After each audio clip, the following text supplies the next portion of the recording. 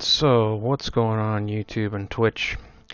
I just wanted to throw it out there due to the fact that I'm using Twitch to live stream, and of course, Aircast is my ability to be able to stream across multiple platforms and create this streaming video of a build that I use while I'm healing, and many of my clanmates also use this build while we're healing. We use this in raids, amongst many other things that we do very methodically.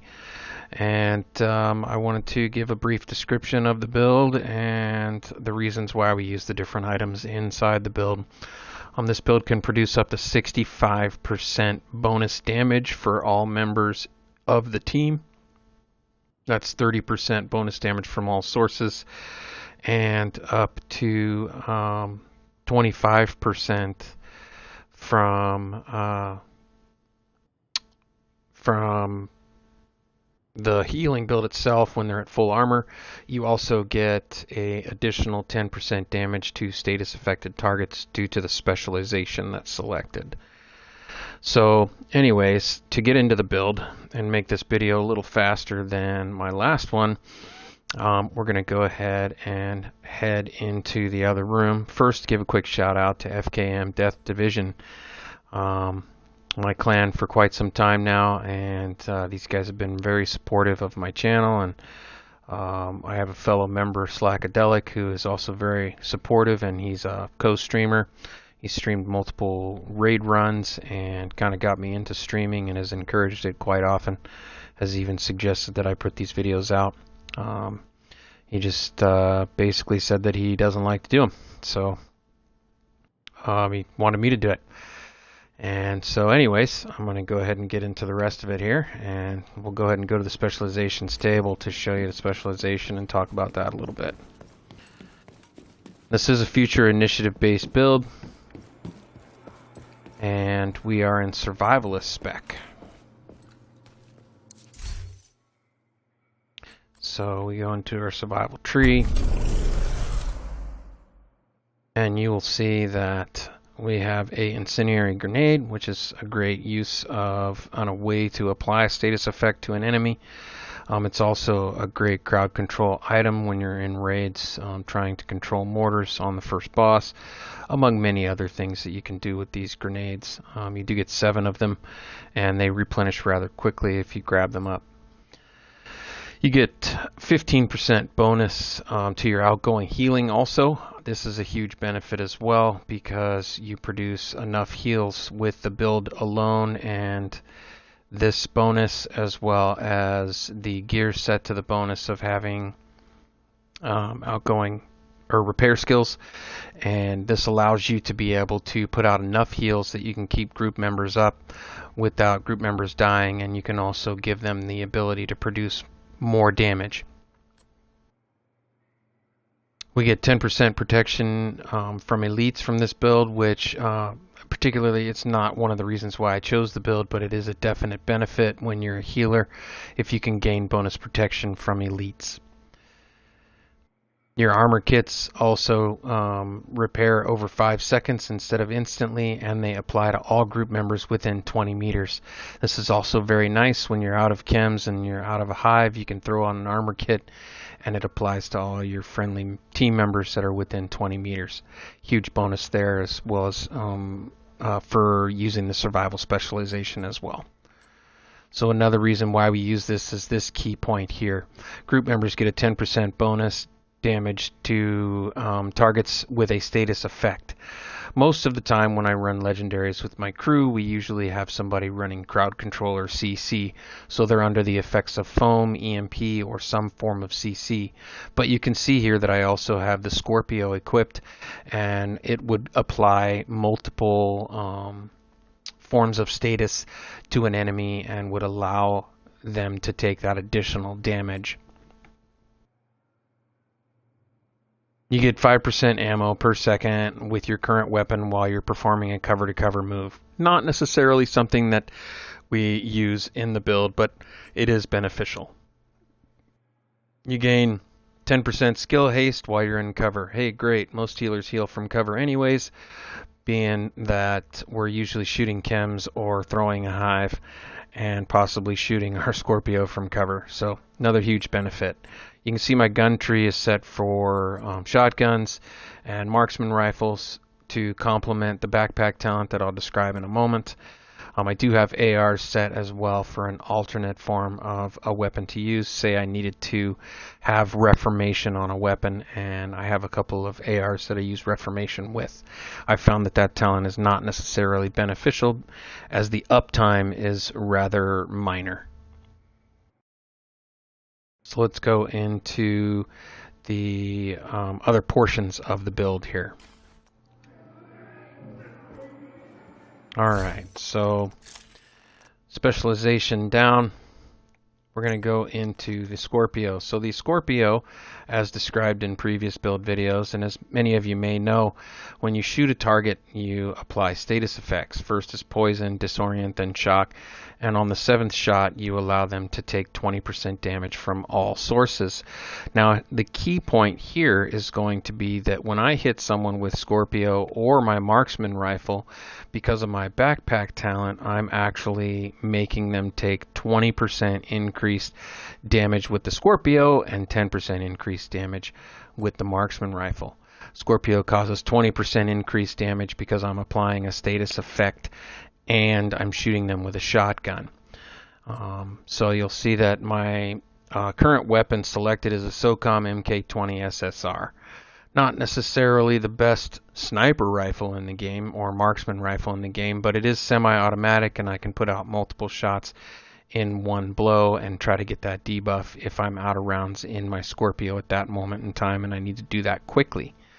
As far as fast hands, not too worried about that talent. That's something that I need to change at a later date. I haven't tweaked that just yet. I definitely will make sure to try to apply an update to the build video later. Alright, so there's your weapons. As far as this weapon, you can definitely select a different one. It doesn't have to be that marksman rifle if you don't want it to be. You just won't apply a debuff. You can use some form of a harder hitting marksman rifle if you'd like. Single shot bolt actions work really well.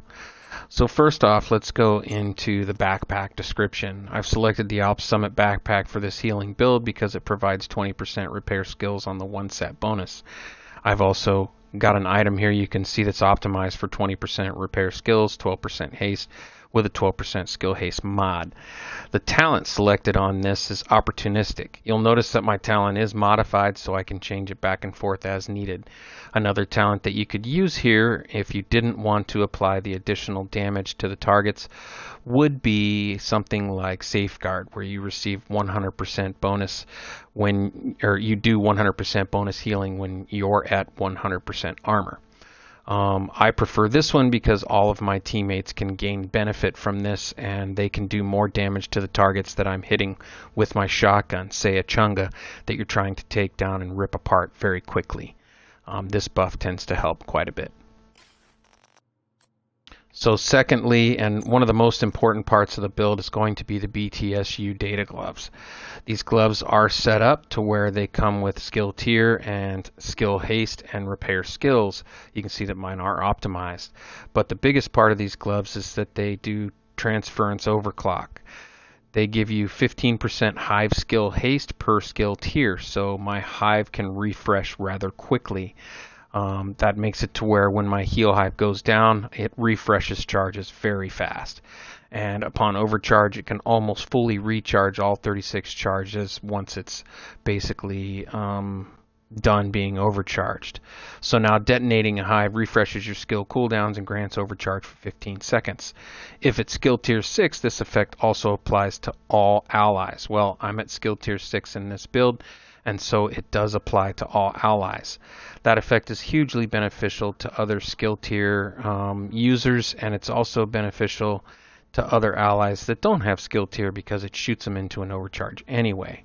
The other part about this that's beneficial is it allows you to be able to regenerate reviver hives for the red builds out there that are running that reviver, and maybe they've went down and they've used their hive on a friendly player and they need it back. And so every 120 seconds you can refresh that for them by doing an overcharge. It's a pretty cool trick. We love to do it in our raids, and we use it frequently during legendaries as well. Next point is going to be the knees. Of course, they're future initiative knees with repair skills slotted on them. The other point here is going to be the holster. It's again future initiative with repair skills. And the chest piece. The reason why I've chosen to use the future initiative chest piece here and not the backpack in this build is because the ground control is awesome, and it applies a 15% bonus to skill damage and weapon damage when you're at full armor.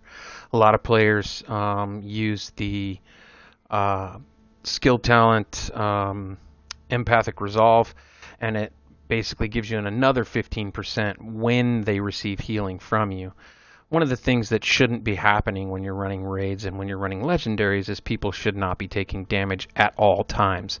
So what I've found is the uptime of ground control is far more timely, and it also is in a more constant uptime than empathic resolve.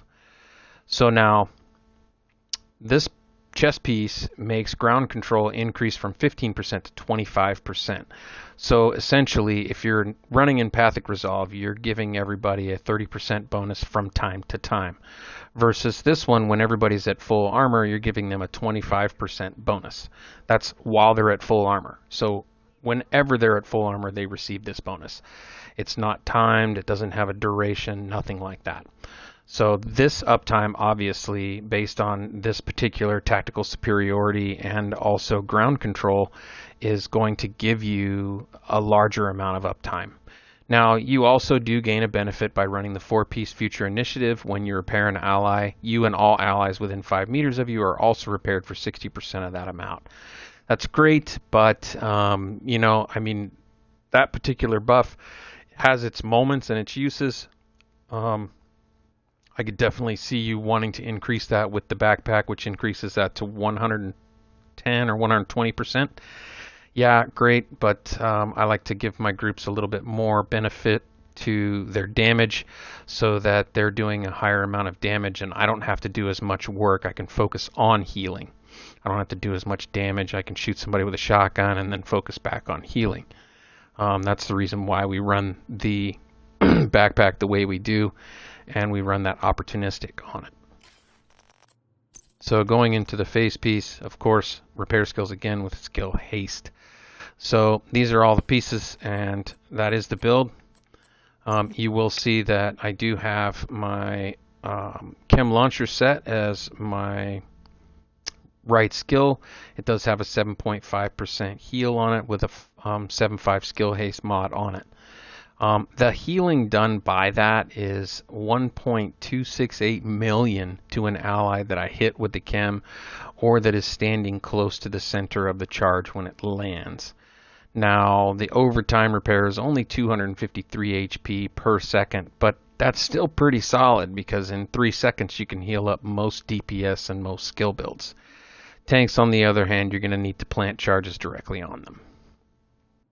Next skill ability that I use on the left hand side is going to be the hive. You can see that my refill speed is 1 second, which is pretty dang fast. The range on that is 12.8 meters and the duration is 283 seconds. I've never had a hive run out during any healing that I'm doing. Usually the heals are all done, or I throw an overcharge by destroying the hive and granting that overcharge because of the BTSU gloves.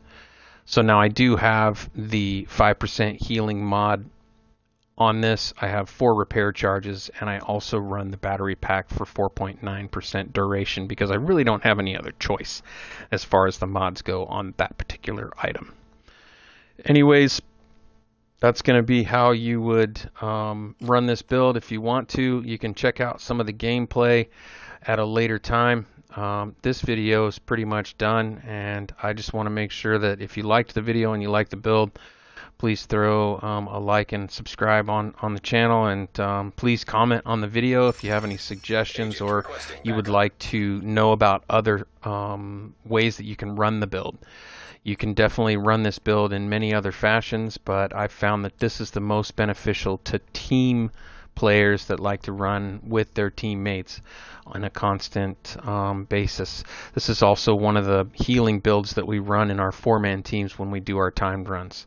Normally, our teams are usually located in the top 100 on most of the timed runs. Not necessarily always, but we do make all of our timed runs, even if I think we're going to fail, as some of our teammates might like to point out. So yes, I highly recommend this build for about every single resource and type of healing that you're going to be doing. It's a very strong build, and I think you'll enjoy it. Thank you for watching, and look forward to making another build video soon.